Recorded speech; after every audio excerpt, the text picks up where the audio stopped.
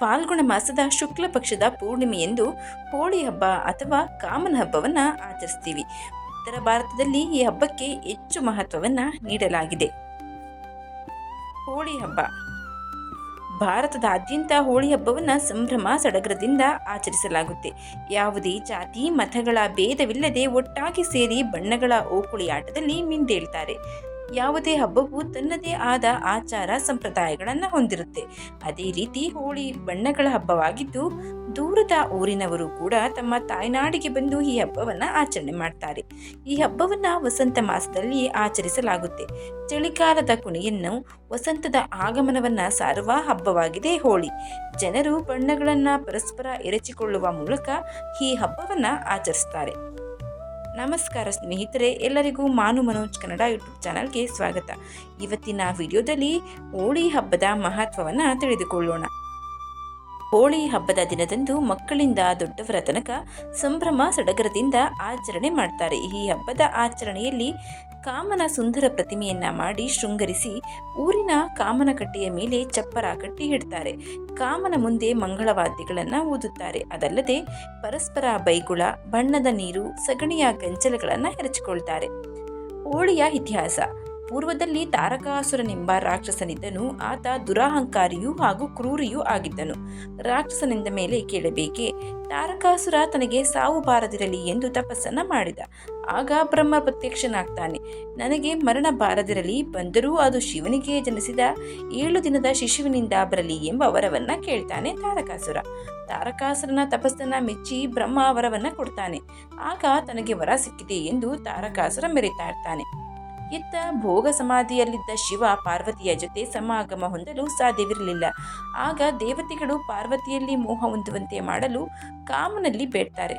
ಕಾಮ ಅಂದರೆ ಮನ್ಮಥ ಮತ್ತು ಅವನ ಪತ್ನಿ ರತಿದೇವಿ ಈ ಸತ್ಕಾರ್ಯಕ್ಕೆ ಒಪ್ಪಿಕೊಳ್ತಾರೆ. ಈ ವೇಳೆ ಭೋಗ ಸಮಾಧಿಯಲ್ಲಿದ್ದ ಶಿವನಿಗೆ ಹೂಬಾಣಗಳಿಂದ ಹೊಡೆದು ಸಮಾಧಿಯಿಂದ ಎಚ್ಚರಿಸ್ತಾರೆ.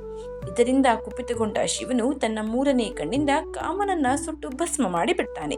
ರತಿದೇವಿ ದುಃಖದಿಂದ ಶಿವನಲ್ಲಿ ಪ್ರತಿಭಿಕ್ಷೆಯನ್ನ ಬೇಡ್ತಾಳೆ. ಶಾಂತಗೊಂಡ ಶಿವನು ಪತ್ನಿಯೊಡನೆ ಮಾತ್ರ ಶರೀರಿಯಾಗುವಂತೆ ಕಾಮನಿಗೆ ವರವನ್ನ ಕೊಡ್ತಾನೆ. ಆಗ ಪತ್ನಿಗೆ ಬಿಟ್ಟು ಬೇರೆ ಯಾರ ಕಣ್ಣಿಗೂ ಕಾಮನು ಕಾಣಿಸುವುದಿಲ್ಲ.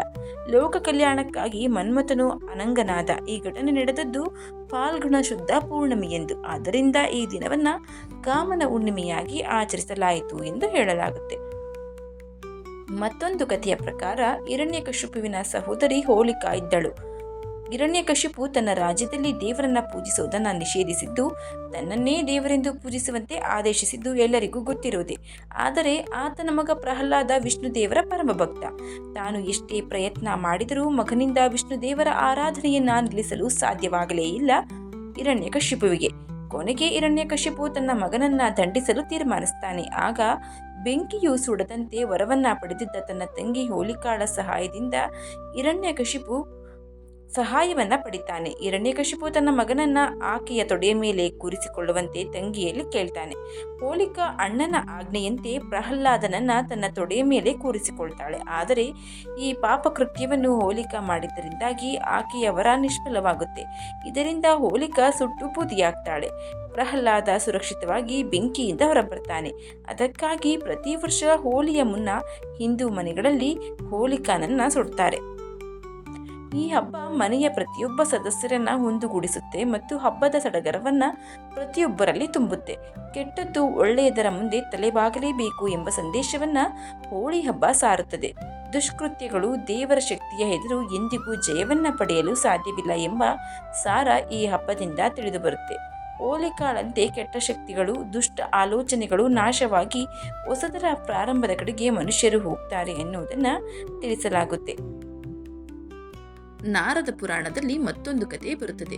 ತಾನೇ ದೇವರು ಎಂದು ಒಪ್ಪಿಕೊಳ್ಳದೆ ಶ್ರೀಹರಿಯನ್ನೇ ಜಗನ್ನಿಯಾಮಕನೆಂದು ಪರಿಭಾವಿಸುವ ತನ್ನದೇ ಕರುಳಕುಡಿ ಪ್ರಹ್ಲಾದನನ್ನ ಕೊಲ್ಲಲು ದೈತ್ಯ ರಾಜ ಹಿರಣ್ಯಕಶಿಪು ನಾನಾ ವಿವಿಧ ಪ್ರಯತ್ನಗಳನ್ನ ಮಾಡಿ ನಿಷ್ಫಲನಾಗ್ತಾನೆ.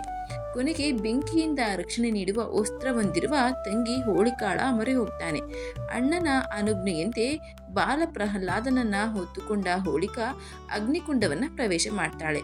ಆಗ ವಸ್ತ್ರವು ಹಾರಿ ಹೋಗುತ್ತದೆ. ಹೋಳಿಕಾಳ ದಹನವಾಗುತ್ತದೆ. ವಿಷ್ಣು ಭಕ್ತಗ್ರೇಸರ ಪ್ರಹ್ಲಾದ ಬದುಕುಳಿಯುತ್ತಾನೆ. ಬೆಂಕಿಯಿಂದ ಎದ್ದು ಬರುತ್ತಾನೆ. ಮೇಲೆ ಹೇಳಿದ 2 ಪುರಾಣ ಕಥನಗಳ ಸಂದೇಶ ಒಂದೇ: ಕೆಟ್ಟದ್ದನ್ನು ಸುಟ್ಟು ಬಿಡುವುದು.